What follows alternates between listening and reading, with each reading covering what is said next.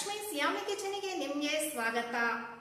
ಇವತ್ತು ನವರಾತ್ರಿಯ 6ನೇ ದಿನ, ಷಷ್ಠಿ ತಿಥಿ. ಇಂದ್ರಾಣಿ ದೇವಿಯನ್ನು ಪೂಜಿಸ್ತಾರೆ. ಇಂದ್ರಾಣಿಗೆ ಕಾತ್ಯಾಯಿನಿ ಅಂತ ಹೆಸರು ಇದೆ. ಇವತ್ತು ನಾನು ಕಾತ್ಯಾಯಿನಿ ದೇವಿಯ ನೈವೇದ್ಯಕ್ಕೆ ಬೂಂದಿ ಲಾಡು ಮಾಡ್ತಾ ಇದ್ದೇನೆ. ಅತ್ಯಂತ ಸುಲಭ ಮೆಥಡ್ನಲ್ಲಿ ಬೂಂದಿ ಲಾಡು ಮಾಡುವಾಗ ಇಂಗ್ರೀಡಿಯೆಂಟ್ಸ್ ಯಾವುದೆಲ್ಲ ಬೇಕು ಅಂತ ನಾನು ಹೇಳ್ತೇನೆ, ತೋರಿಸ್ತೇನೆ. ನಾನೀಗ ಕಡಲೆ ಹಿಟ್ಟು 1 ಕಪ್ ತಗೊಂಡಿದ್ದೇನೆ. ಜರಡಿ ಹಿಡಿದು ಕಡಲೆ ಹಿಟ್ಟು 1 ಕಪ್ ಜರಡಿ ಹಿಡಿಬೇಕು, ಯಾಕಂದ್ರೆ ಗುಳೆ ಬೀಳ್ತದೆ. ಹಾಲು ಆಡ್ ಮಾಡಿದ ಕೂಡಲೇ ಅದರಲ್ಲಿ ಗುಳೆ ಬೀಳ್ತದ್ರಿಂದ ನಾನು ಅದಕ್ಕೆ ಜರಡಿ ಹಿಡಿದು ಇಟ್ಟಿದ್ದೇನೆ. 1 ಕಪ್ ಹಾಲು ತಗೊಂಡಿದ್ದೇನೆ. ನಮಗೆ ಎಷ್ಟು ಬೇಕೋ ಅಷ್ಟು ಹಾಲನ್ನು ನಾವು ಉಪಯೋಗಿಸಬಹುದು. ಸಕ್ಕರೆ ಮತ್ತೆ ನೀರು, ಸಕ್ಕರೆ ಪಾಕ ಮಾಡಲಿಕ್ಕೆ ನೀರು, ಸ್ವಲ್ಪ ತುಪ್ಪ, ಏಲಕ್ಕಿ ಹುಡಿ, ಮತ್ತೆ colour powder, yellow colour powder ತಗೊಂಡಿದ್ದೇನೆ, ಮತ್ತೆ ದ್ರಾಕ್ಷಿ.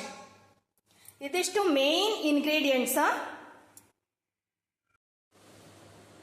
ಸ್ನೇಹಿತರೆ, ಬೂಂದಿ ಲಾಡನ್ನು ಮಾಡಲಿಕ್ಕೆ 1 ಕಪ್ ಕಡಲೆ ಹಿಟ್ಟು ತಗೊಂಡಿದ್ದೇನೆ ಮತ್ತು 1 ಕಪ್ ಹಾಲನ್ನು ತಗೊಂಡಿದ್ದೇನೆ. ಈಗ ಕಡಲೆ ಹಿಟ್ಟನ್ನು ಹಾಲಿನಲ್ಲಿ ಚೆನ್ನಾಗಿ ಕಲಿಸ್ಕೊಳ್ಬೇಕು.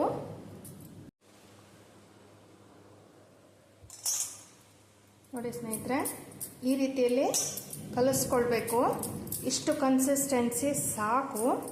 ನೋಡಿ, ಸ್ವಲ್ಪ ಥಿಕ್ಕಾದರೂ ಪರವಾಗಿಲ್ಲ, ಈ ಕನ್ಸಿಸ್ಟೆನ್ಸಿ ಸಾಕು.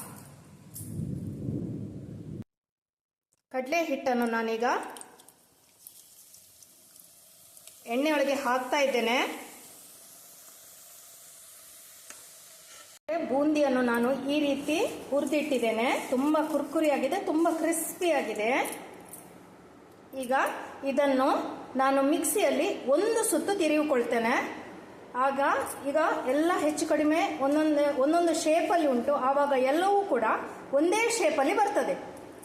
ಮಿಕ್ಸಿಯಲ್ಲಿ ಸ್ನೇಹಿತರೆ, ಈಗ ಮಿಕ್ಸಿಯಲ್ಲಿ ಹಾಕಿದ್ದೇನೆ. 1 ಸುತ್ತು ತಿರುಗಿಕೊಳ್ತೇನೆ.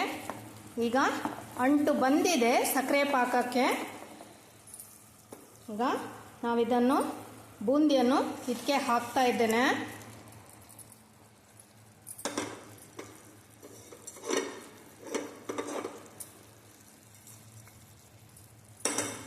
ಮತ್ತೆ ಏಲಕ್ಕಿ,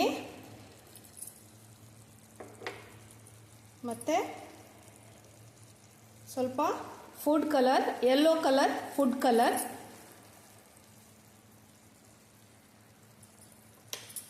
ಈಗ ಚೆನ್ನಾಗಿ ಮಿಕ್ಸ್ ಮಾಡ್ತೇನೆ.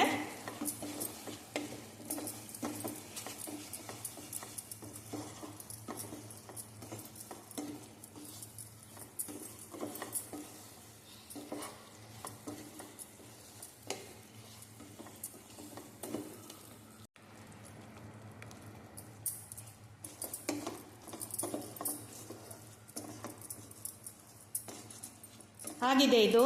ಈಗ ಉಂಡೆ ಕಟ್ಟಿದ್ರೆ ಆಯಿತು. ಅದಕ್ಕಿಂತ ಮೊದಲು 1 ಸ್ಪೂನ್ ನಾವು ತುಪ್ಪ ಹಾಕುವ.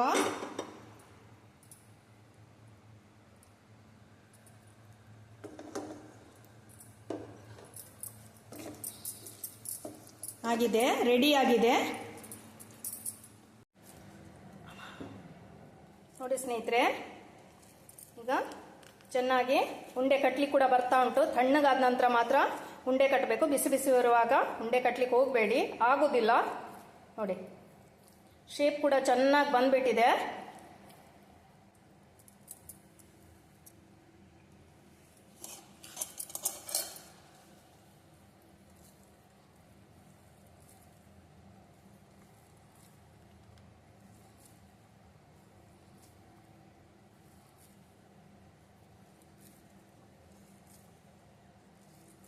ಉಂಡೆನ ಯಾವತ್ತೂ ಸ್ವಲ್ಪ ಪ್ರೆಸ್ ಮಾಡಿಯೇ ಉಂಡೆ ಕಟ್ಟಬೇಕು.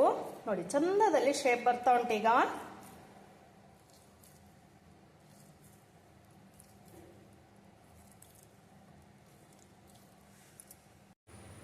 ಸ್ನೇಹಿತರೆ, ನವರಾತ್ರಿಯ 6ನೇ ದಿನವಾದ ಇಂದ್ರಾಣಿ ಅಥವಾ ಕಾತ್ಯಾಯಿನಿ ದೇವಿಯ ನೈವೇದ್ಯಕ್ಕೆ ಬೂಂದಿ ಲಡ್ಡು ತಯಾರಾಗಿದೆ. ನನ್ನ ರೆಸಿಪಿ ನಿಮಗೆ ಇಷ್ಟವಾದಲ್ಲಿ ನನ್ನ ಚಾನೆಲ್ ಅನ್ನು ಲೈಕ್ ಮಾಡಿ, ಶೇರ್ ಮಾಡಿ, ಕಮೆಂಟ್ ಮಾಡಿ, ಸಬ್ಸ್ಕ್ರೈಬ್ ಮಾಡಿ. ಇನ್ನು ನೆಕ್ಸ್ಟ್ 7ನೇ ದಿನ ನವರಾತ್ರಿಯ 7ನೇ ದಿನಕ್ಕೆ ಕಾಳರಾತ್ರಿ. ದೇವಿಯ ನೈವೇದ್ಯಕ್ಕೆ ಏನು ಮಾಡಬಹುದು, ಯಾವ ನೈವೇದ್ಯ ಮಾಡಬಹುದು ಅಂತೇಳಿ ನಾನು ನಿಮಗೆ ತಿಳಿಸ್ಕೊಡ್ತೇನೆ. ಖುಷಿಯಾಗಿರಿ, ನಗ್ನಗ್ತಾ ಇರಿ. ಥ್ಯಾಂಕ್ ಯು ಸ್ನೇಹಿತರೆ.